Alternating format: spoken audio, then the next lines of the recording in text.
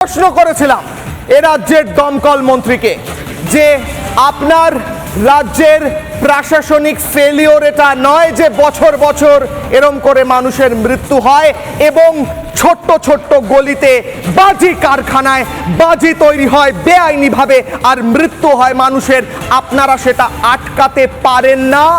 সুজিত বসু কি বলেছেন? দায়িত্ব নিয়েছেন, রেসপন্সিবিলিটি নিয়েছেন না, ভোট নেন ওনারা, শুধু দায়িত্ব নেন না। শাসনের ব্যর্থতা তো আছে, মনে করেন কি? বলুন। গাড়ি ওখানে ঢুকতে পারছে না বলে দমকলের কর্মীরা জল লোকাল থেকে নিয়ে তারা কাজ করছে। প্রশাসনিক ব্যর্থতা কি, কার দোষ গুণ, সেটা পরে বিচার, সেগুলো দেখা যাবে।